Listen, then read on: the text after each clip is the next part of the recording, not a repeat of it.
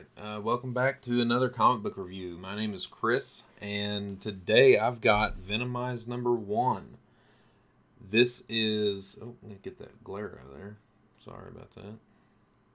This is the Previews exclusive variant, which is very badass looking, I think. I think it's the best looking one. Which they've got several. Which, I mean, Marvel always does, but... it is wrote by Cullen Bunn, and the art is by Iban Coelho. I hope that I'm saying that right. Kind of a weird name. But I really enjoyed it.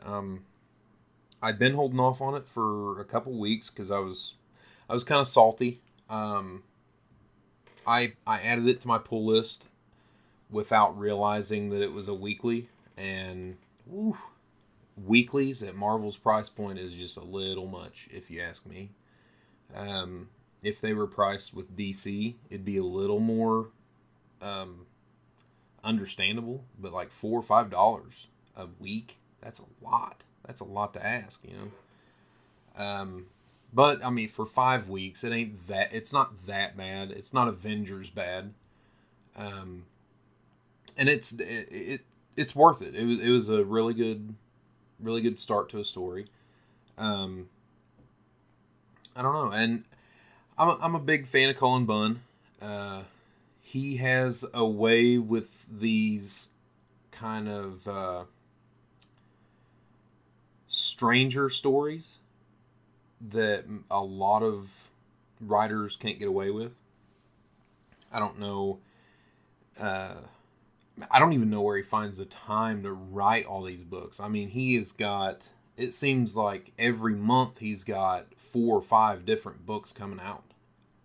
He's got several. I don't remember I think it's Aftershock is the publisher. He's got like 2 or 3 with them, which Dark Arc is awesome. Anyway, back to Venomized. The art was very good.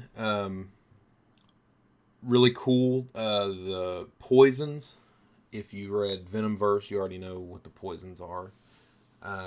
They are just a different type of symbiote, and they feed off of the host, and they look really cool. Which they did in Venomverse too, but in this one, there's just way more of them. There's every single superhero or villain. You know, it's anybody that's powered, pretty much, is being taken over by these symbiotes. And it makes for a really fun read. I would recommend it. I think my only real bugaboo with it, other than the being a weekly issue, this came out after the death of Thor, and she's in this. I mean, it says at the beginning that it takes place before the death of Thor, and so they try to explain it away without actually doing it in the story, which should be good enough, but it's still weird. It's not a big deal. It's just, it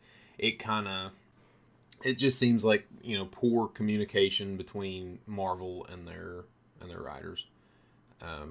But I mean, other than that, it's fine. It's not a big deal.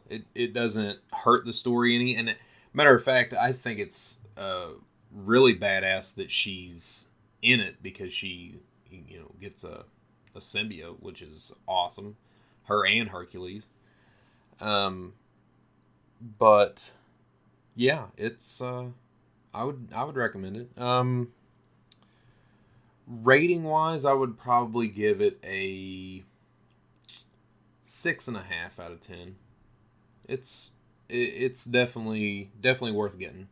If nothing else, it's worth getting just because it's a fun story, and you get to see Black Suit Spider-Man again. I mean, what other reason do you need to get a book? Anyway, if you like this video, give me a like and maybe a subscribe.